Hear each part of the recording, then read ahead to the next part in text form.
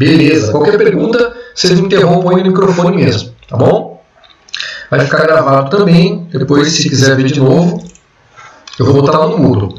Então vamos lá. Pessoal, consequências geopolíticas para a Segunda Guerra Mundial.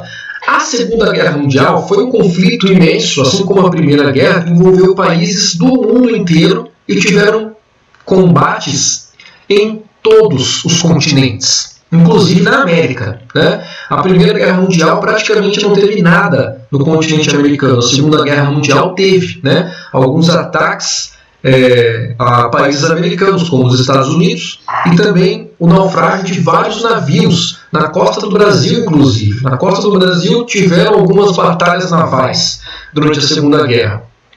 Mas o que levou os países da Europa, que tinham acabado de sair de uma guerra mundial, a entrar numa segunda poucos anos depois, 20 anos depois, né? Bom, quando acabou a Primeira Guerra Mundial, os países derrotados, no caso a Alemanha, principalmente, né, que liderava ali a Alemanha, o Império Austro-Húngaro, aqueles países que lideravam as potências derrotadas, eles foram obrigados a assinar um tratado.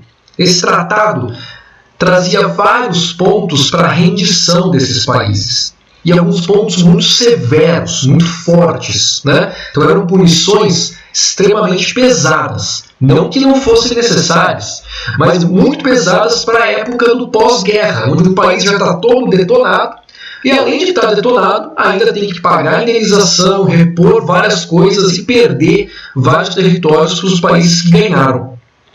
Então esse Tratado de Versalhes foi o tratado do fim da Primeira Guerra Mundial. Ele previu que a Alemanha pagasse uma indenização enorme que ela só acabou de pagar em 2010.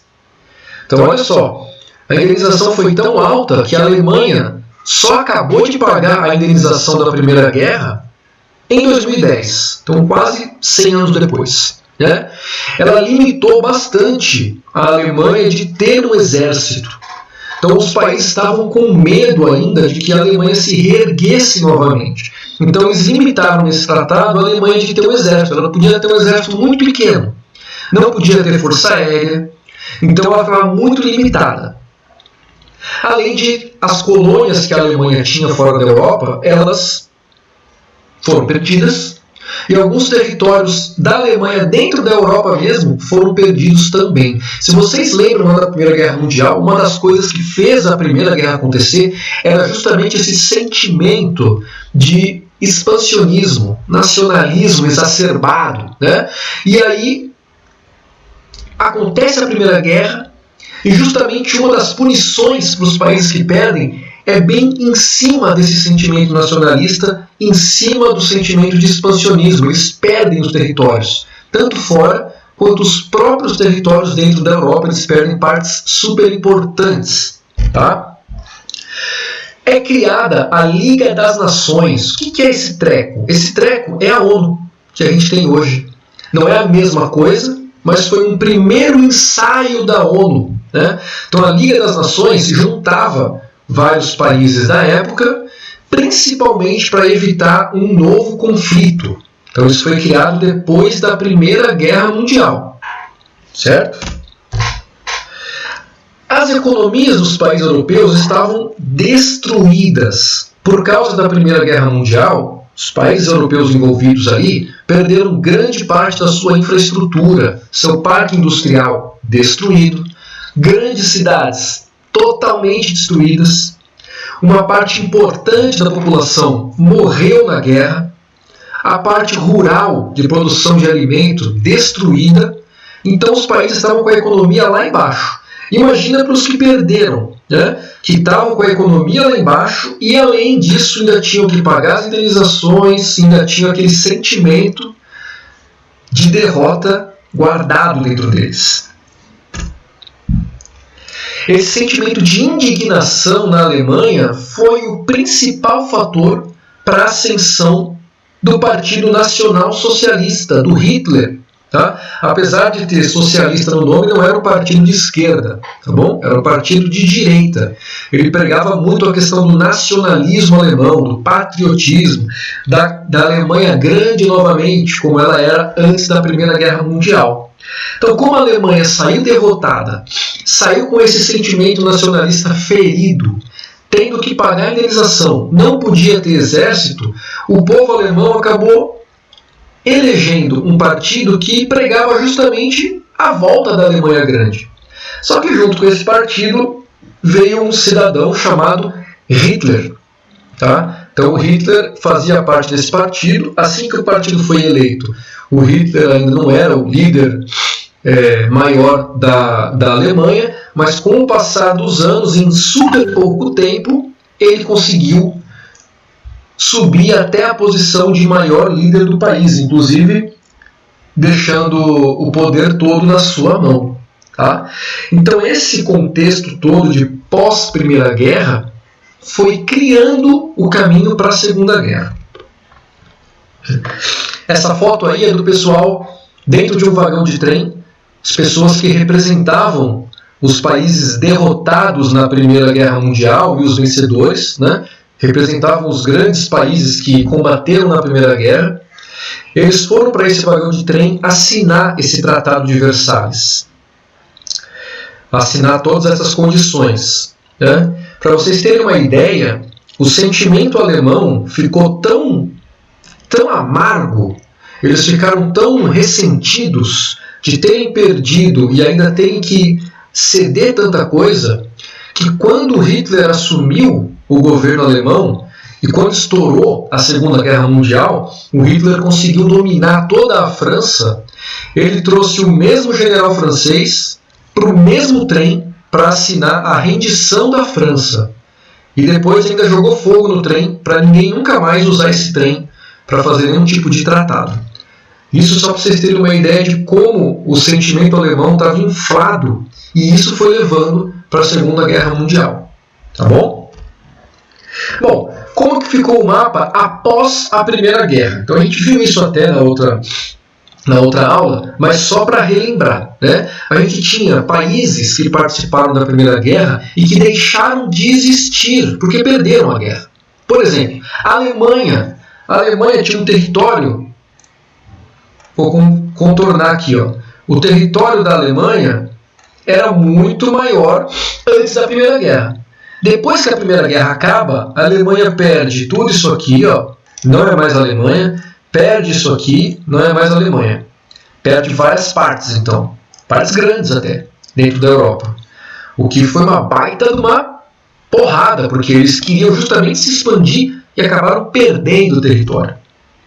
Do mesmo jeito, os outros países que também lutaram e perderam deixaram de existir. Por exemplo, o Império Turco-Otomano, que ficava aqui no meio, né? Era tudo isso aqui, deixou de existir e deu lugar a vários países. O outro, o Império Otomano, que ficava aqui onde hoje é a Turquia, toda essa parte do Oriente Médio também deixa de existir. Só sobra dele a Turquia, atualmente, e os países do Oriente Médio acabam ganhando, pelo menos as regiões do Oriente Médio acabam ganhando independência e vão passar para a mão dos países vitoriosos, principalmente França e Reino Unido. Então os derrotados perderam muita coisa, e isso fez eles ficarem com esse sentimento de amargura.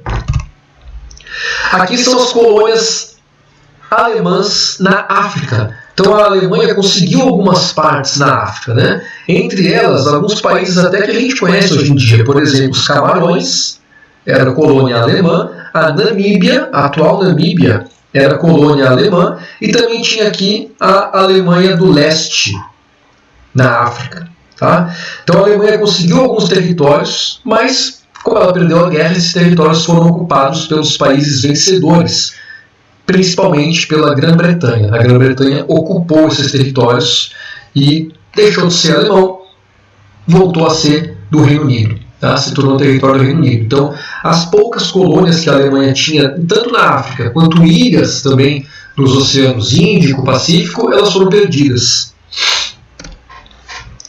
A parte do Oriente Médio foi dividida entre França e Reino Unido. O Oriente Médio fazia parte do Império Turco-Otomano, era o Império Árabe, né? E esse império acaba, árabe e turco, né? E esse império acaba sendo dividido em duas partes principais. Uma controlada pela França, outra controlada pelo Reino Unido.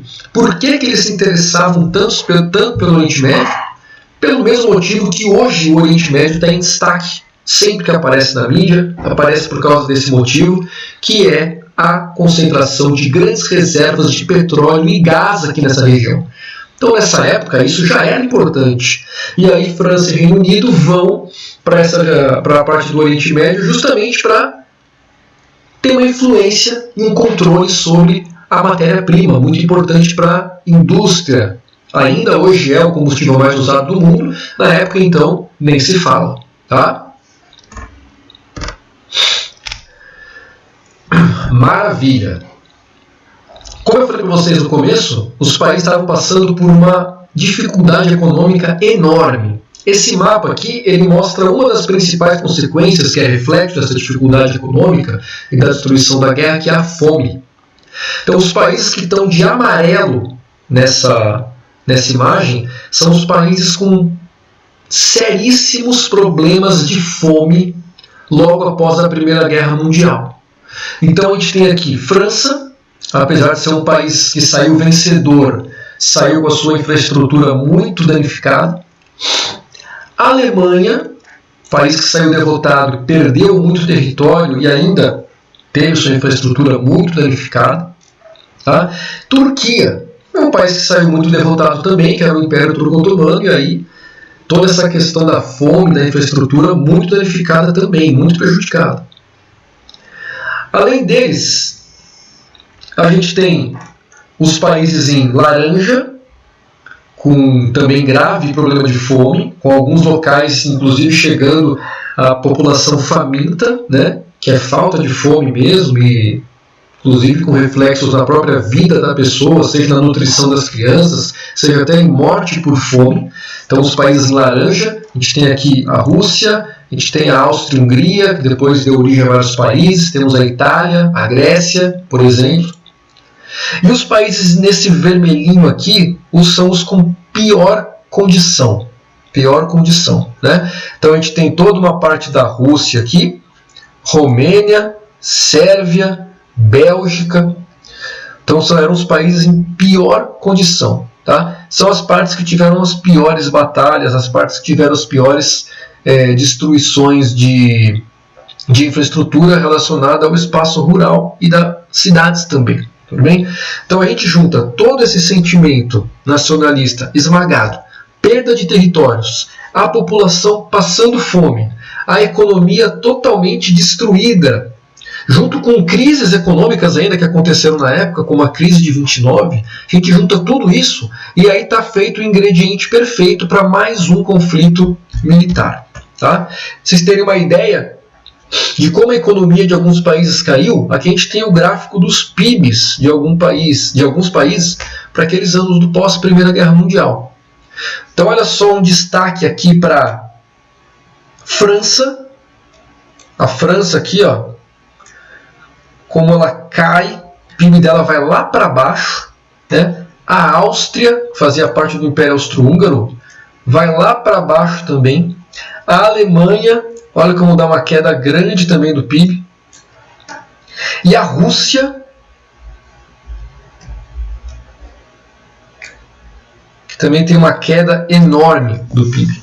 Tá? Então a gente vê aí os países em condições econômicas horríveis, principalmente os derrotados, e com todas essas coisas somadas, o sentimento de revanchismo era muito grande. Tá bom? Repara que Estados Unidos e Reino Unido saem com PIBs acima do inicial. Né? Estava entre os países vencedores, Estados Unidos então estava em outro continente, os combates nem aconteceram lá, então a infraestrutura dele estava perfeita e ainda emprestava dinheiro para a Europa, vendia equipamento para a Europa. Né? O Reino Unido, por ser uma ilha, ele não foi invadido, então não tiveram combates dentro do Reino Unido, tiveram bombardeios, né, com os aviões, mas combates direto dentro do Reino Unido não aconteceu. Então a infraestrutura britânica conseguiu se manter ainda bem mais inteira do que a Alemanha, França, Rússia e Áustria, que lutaram diretamente nos conflitos terrestres, onde tinham as trincheiras e tudo mais. Tá? Então aqui a gente tem soma da fome, economia ruim, os países assinando tratados bem pesados e isso tudo alimentando um próximo conflito militar, certo? Lá na Ásia, como é que estava a situação? Porque a gente fala muito da Europa, inclusive na outra aula eu falei, a gente fala muito da Europa, mas o conflito aconteceu na Ásia também, né? Então, enquanto a Primeira Guerra acontecia na Europa, ela acontecia também na Ásia. E o Japão tinha uma série de desejos expansionistas também, de aumentar sua influência pela Ásia. Um dos motivos era justamente tirar a influência dos países europeus. O Japão queria ser o grande império asiático. E ele começa a se expandir a partir das suas ilhas em direção ao continente. Então, olha aqui, esse mapinha do lado aqui, ó, que tem o globinho, essa figura do globinho. Em verde escuro, a gente tem o Japão, as ilhas do Japão, como ele é hoje, né? Esse era o território japonês até 1895. Entre 1895 e 1930, o Japão domina a Coreia. A Coreia, que era uma coisa só, não tinha divisão de norte e sul, passa a fazer parte do Japão. O Japão ocupa a Coreia, invade a Coreia, ocupa a Coreia e anexa a Coreia ao seu território. Era uma ocupação japonesa, inclusive com relatos pesadíssimos, né, de vários abusos e crimes de guerra feitos pelo exército japonês na época. Entre 1930 e 1942, então repara, é bem aí que vai começar a Segunda Guerra Mundial, o Japão domina essa parte em verde claro toda aqui da Ásia, então incluindo territórios dentro da China e também territórios muito próximos da Austrália, lá na Oceania. Então tudo isso aqui passa a fazer parte do Japão. O Japão então vai se expandindo na Ásia, criando um império cada vez maior, e essa vontade, essa força expansionista do Japão vai chamar muita atenção dos países que perderam a Primeira Guerra. A Alemanha, que perdeu muito território, vai começar, opa, olha como é que está o Japão, olha como é que eu quero ficar, né? Eles vão se aliar no meio do caminho antes da Segunda Guerra estourar, tá bom? Conforme a Alemanha foi se recuperando da Primeira Guerra Mundial, o Hitler ascende ao poder, né? E todo esse sentimento de revanchismo estava muito forte. A Alemanha começa a fazer algumas ações, a ignorar o tratado que tinha assinado e tentar voltar ao que era antes, né? Para isso, ela começa a ocupar alguns territórios que antes pertenciam a ela. Ela começa a ocupar de volta, mesmo quebrando o tratado que foi assinado naquele vagão de trem, os outros países meio que não fazem nada, tá? Então aqui, ó, a Alemanha pega um pedaço da Tchecoslováquia, depois ela pega um pedaço da Polônia, mais para frente ela pega mais pedaços aqui da Tchecoslováquia, esse número 5 todo, esse amarelo todo, né? E a Hungria, que fazia antes parte do Império Austro-Húngaro, também pega alguns pedaços aqui para ela. E o que sobra é criado um governo pró-Alemanha. Então a Alemanha começa uma fase expansionista de novo. 20 anos depois que a guerra acabou, a Alemanha começa a se expandir novamente. E por que que os outros países não fazem nada, né? Eles veem a Alemanha aumentando de novo. A Alemanha, inclusive, anexa a Áustria, esse país todo aqui de baixo, ó, em azul claro, a Áustria, é anexado pela Alemanha. Os dois países se juntam. O Hitler tinha nascido na Áustria, né? Então a Áustria se junta à Alemanha. E a Alemanha vai crescendo novamente. E os outros países não fazem nada. Por quê? Porque eles ainda estão muito quebrados na Primeira Guerra Mundial. A França, principalmente, a economia lá embaixo, né? A questão da fome, infraestrutura toda quebrada. A Grã-Bretanha, por mais que estava economicamente ainda melhor, a população dela não queria saber de guerra de novo. A guerra tinha acabado de acabar. Tinha matado milhões de pessoas. Ninguém queria entrar em guerra de novo. Quem tinha ganhado a guerra não queria uma guerra nova. Mas quem tinha perdido tinha muita intenção de reconquistar aquilo que perdeu. Tá? Então a Alemanha começa a testar os outros países. Ela começa, vou pegar um pedaço aqui, pegar um pedaço aqui, eu vou ver até onde eu consigo ir. Então ela vai aumentando o território aos poucos e os outros países não vão endurecendo. Se o Inglaterra, Alemanha, Estados Unidos endurecessem desde o início, talvez a Alemanha não tivesse conseguido aumentar tanto novamente. Mas eles foram deixando porque o sentimento deles de uma outra guerra estava muito fraco. Não queriam, né? Então a Alemanha foi aproveitando e foi aumentando o território, foi aumentando a sua força armada, criou uma força aérea, que era uma coisa proibida para ela, aumentou muito o exército, muito além do que o Tratado de Rendição da Primeira Guerra permitia, e nisso foi criando uma potência novamente no centro da Europa. Aonde que a guerra estoura? Né? A guerra estoura quando a Alemanha invade a Polônia. Então a gente tem um gifzinho animado aqui mostrando a expansão do território alemão. Então a Alemanha expande para o leste, né? Invade a Polônia. Quando ela invade a Polônia, aí começa a Segunda Guerra Mundial. Grã-Bretanha e França declaram guerra à Alemanha e todas as colônias se envolvem, por isso que é uma guerra mundial, porque são os países europeus mais as suas colônias. Né? Só que a Alemanha estava extremamente preparada, e repara, tudo que está de azul é domínio da Alemanha. Então a Alemanha consegue, em apenas 3 anos, dominar praticamente a Europa inteira, em apenas 3 anos. Tá? Se ela tivesse mantido o acordo com a União Soviética de não agressão, de não lutar com a União Soviética, provavelmente a Alemanha teria vencido a guerra. Provavelmente. Certo? Então a Alemanha consegue um aumento enorme, inclusive dominando toda a França, tá?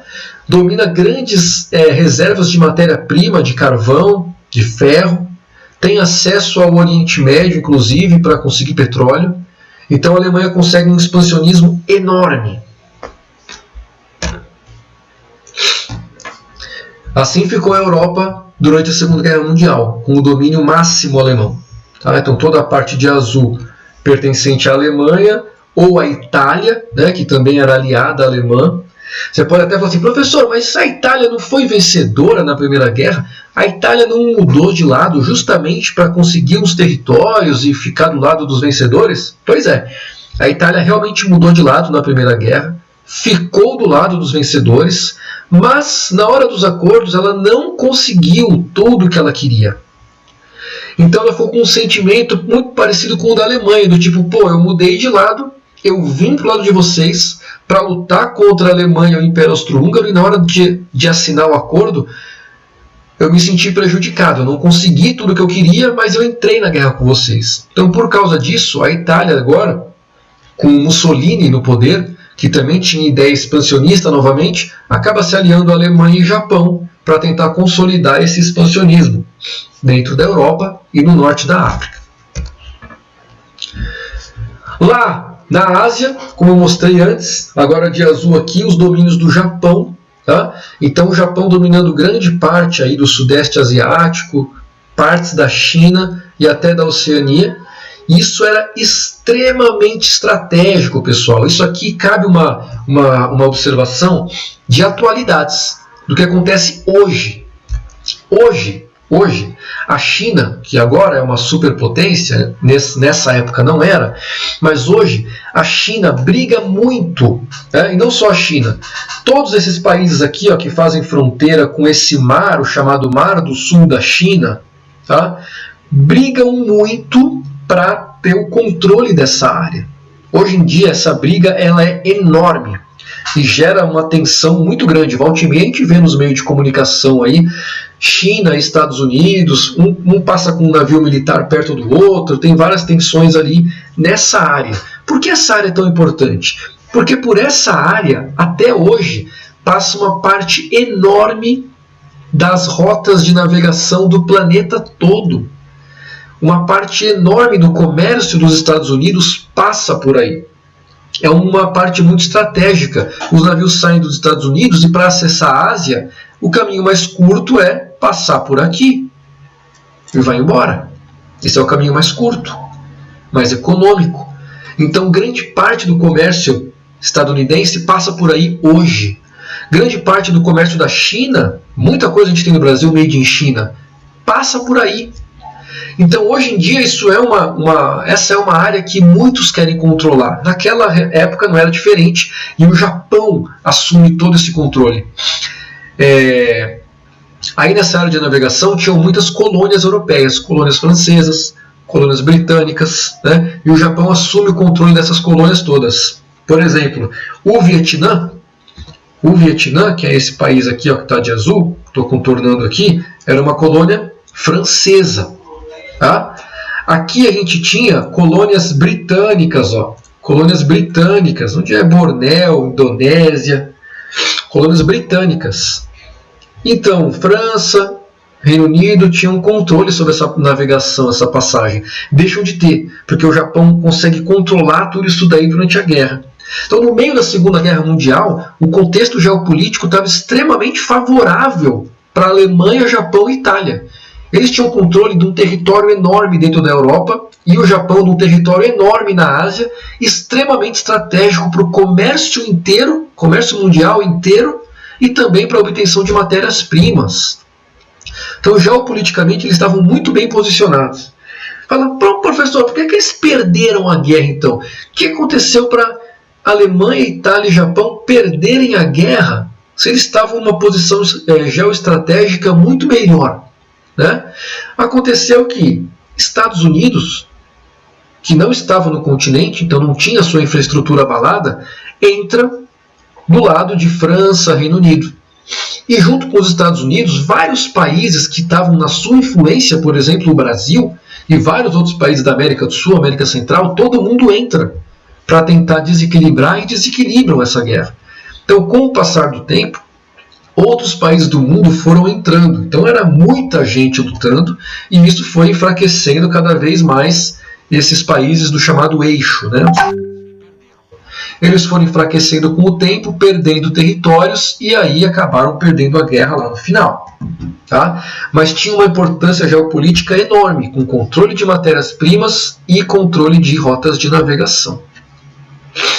Para a gente ter uma ideia do impacto da guerra nas populações, esse gráfico aqui é bem interessante. Tá? Ele mostra o número de mortes por países durante o conflito. Então a gente tem aqui, ó, por exemplo, o primeiro país que teve mais gente morta, né? A União Soviética. A barrinha vermelha são pessoas militares, a barrinha laranja são as pessoas civis.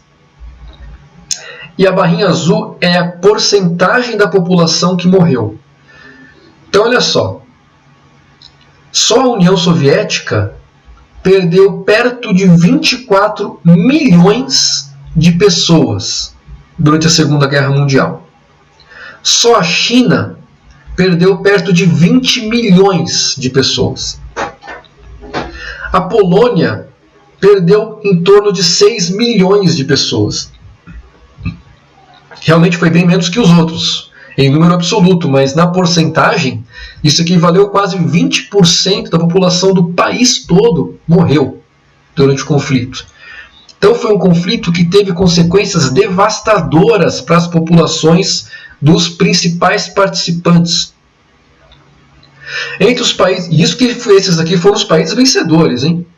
Nos países que perderam a guerra, que estavam do lado dos que perderam, a Alemanha perdeu mais ou menos 10 milhões de habitantes, né? O Japão perdeu mais ou menos 4 milhões de habitantes, e aí Romênia, Hungria e Itália perderam perto de 1 milhão de habitantes. Então repara como União Soviética e China receberam um impacto enorme. Como eram países muito populosos, tiveram muito mais gente que morreu no conflito também. O que acontece logo depois do fim da Segunda Guerra Mundial? Com o fim da Segunda Guerra Mundial, a gente tem a mesma coisa do fim da Primeira Guerra. A gente tem uma nova rodada de negociações, um novo acordo de rendição, e a Alemanha, inclusive, deixa de existir. Quando a Segunda Guerra acaba, a União Soviética invade a Alemanha por um lado, Grã-Bretanha, Estados Unidos e França por outro, e a Alemanha é dividida em 2 países. e uma parte da Alemanha fica para a União Soviética, outra parte fica na influência dos países vencedores, Grã-Bretanha, Estados Unidos e França. A partir daí se inicia a Guerra Fria. Tá? Por que se inicia a Guerra Fria logo depois da Segunda Guerra Mundial? Porque a Segunda Guerra Mundial acaba com duas superpotências, os Estados Unidos de um lado e a União Soviética do outro. Os outros países europeus estavam destruídos. França, principalmente, coitada, nem existia direito. Né? Grã-Bretanha sofreu tantos bombardeiros alemães que estava com suas indústrias lá embaixo. A Alemanha, que perdeu a guerra, foi dividida, nem tinha mais. Então sobraram. O Japão também levou as duas bombas atômicas dos Estados Unidos, está fora de cogitação. Sobraram para o mundo todo dois países principais, Estados Unidos e União Soviética. E aí começa uma Guerra Fria, que é uma guerra de influências. Estados Unidos querendo influenciar um número maior de países, com as suas ideias econômicas, sociais e tudo, e tratados militares. E a União Soviética da mesma maneira, querendo influenciar com a sua política, com seus tratados militares, com a sua economia também, vários países do mundo. E o mundo se divide em duas partes. Uma parte aliada ao bloco capitalista e uma parte aliada ao bloco soviético, né? Que não chegou a ser um comunismo verdadeiro, mas tinha as ideias por trás, né? As ideias comunistas. E aí se torna a Guerra Fria, que era uma guerra de influências. Para vocês terem uma ideia por que é guerra de influências, a gente pode falar de duas coisas principais, logo depois da Segunda Guerra Mundial. A corrida armamentista e a corrida espacial. São duas coisas que mostram muito bem como a Guerra Fria funcionou. Né? Os dois países queriam mostrar que eram mais avançados, um queria mostrar que era maior do que o outro. Então eles mostravam para o mundo, testando novas armas cada vez mais poderosas e mostrando as suas tecnologias. E na época o negócio era ir para o espaço. Então quem conseguisse ir mais longe no espaço, conseguir completar missões maiores lá no espaço, o mundo inteiro olhava e falava, meu Deus, esse cara tem muita tecnologia, então eu vou me aliar a ele. Então era uma corrida espacial, uma corrida tecnológica para falar, ó, pessoal, eu sou mais desenvolvido que o outro cara lá, venham comigo. E a corrida armamentista, né, do, ó, pessoal, eu tenho as armas mais fortes, venham comigo. Né? Então essas duas coisas, elas caracterizaram muito a Guerra Fria. Porque a Guerra Fria não teve um combate direto entre as duas potências, Estados Unidos e União Soviética. Eles não se bateram direto. Eles brigavam no campo das influências. Por isso uma Guerra Fria e não uma guerra quente na porrada. Né? Mesmo assim, tiveram vários conflitos durante a Guerra Fria. A gente teve vários conflitos envolvendo as duas potências. Por exemplo, a Guerra do Vietnã, a Guerra da Coreia. Então eram guerras onde as duas potências não lutavam ao mesmo tempo. Uma delas estava envolvida e a outra estava por trás, né? Dava dinheiro, dava armamento, dava treinamento, mas não entrava para não ter um combate direto. Então os principais conflitos armados da Guerra Fria foram a Guerra da Coreia, que tem consequências até hoje. A Guerra da Coreia dividiu a Coreia em duas, e até hoje essa divisão causa problemas, né? Coreia do Norte e a Coreia do Sul, foi consequência da Guerra da Coreia. A gente teve a Guerra do Vietnã, enormemente famosa, porque foi da onde os Estados Unidos saíram derrotados. Foi a primeira grande derrota dos Estados Unidos no conflito armado.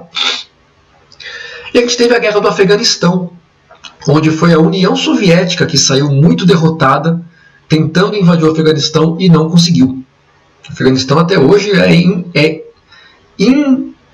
é impossível de ser invadido, invadível, né? É invadível, ninguém consegue, porque o país é muito montanhoso, é muito difícil o território do Afeganistão, então é muito complicado você invadir o país. Até hoje o país não foi invadido por nenhum império da história. Né? Então logo depois da Segunda Guerra Mundial começa a Guerra Fria. Essas duas características foram muito marcantes, corrida espacial e corrida armamentista. Esses conflitos armados também, apesar de nunca terem juntado as duas superpotências de uma vez só. E um terceiro fato muito marcante do pós-Segunda Guerra é a criação do país Israel. Israel não existia antes da Segunda Guerra Mundial. Ele é criado no pós-Segunda Guerra, junto com a ONU, a ONU é criada, e aí Israel é criado também, como forma de dar um território, ceder um território aos judeus que tinham sofrido toda aquela perseguição no território da Alemanha durante a guerra. Então Israel é criado ali. Esse também é um baita do impacto geopolítico, porque por causa da criação de Israel, várias guerras aconteceram e ainda acontecem lá no Oriente Médio. Tá? Não que a culpa das guerras é de Israel, não é isso que eu estou dizendo, mas a criação do território israelense dentro do Oriente Médio fez com que o pessoal que morava lá antes ficasse muito pé da vida, e as guerras que estouraram desde a década de 50, elas acontecem ainda até hoje. E isso uma consequência geopolítica da Segunda Guerra Mundial também. Tudo bem, pessoal? Alguma pergunta? Não, professor, tudo bem. Tudo bem? Eu também não, professor. Legal. É bastante informação, eu sei que é bastante informação, né? A aula da Primeira Guerra também foi bastante informação. E as perguntas que tem lá para vocês nas atividades são justamente sobre esse desenrolar da Segunda Guerra Mundial, né? Como foi acontecendo, os motivos, né? Que foi o que eu falei no começo da live. E depois tem perguntas sobre o fim da Segunda Guerra Mundial, que é justamente o início da Guerra Fria. Então, como que a Guerra Fria começou e o que ela teve no meio do caminho. E aí, para auxiliar vocês, tem aqueles vídeos que eu deixei lá de link, que são vídeos de 5, 6, no máximo 10 minutos, para vocês assistirem para tirar as dúvidas, caso precise, tá bom? E quando vocês precisarem, vocês podem mandar mensagem para mim no WhatsApp, pode mandar até no feriado, que eu respondo se der, né? Se o bebê não estiver aqui no meu colo, eu dou uma respondida, tá bom? Então tá, professor. Então tá certo. Então, se cuidem. Abraço para vocês e bom feriado. Boa semana. Igualmente, professor. Bom feriado aí. Abraço. Igualmente, Tchau, tchau. professor. Obrigada. Tchau, Nada. gente. Boa noite. Boa Tchau, Sara. noite. Boa noite. Tchau. Oi.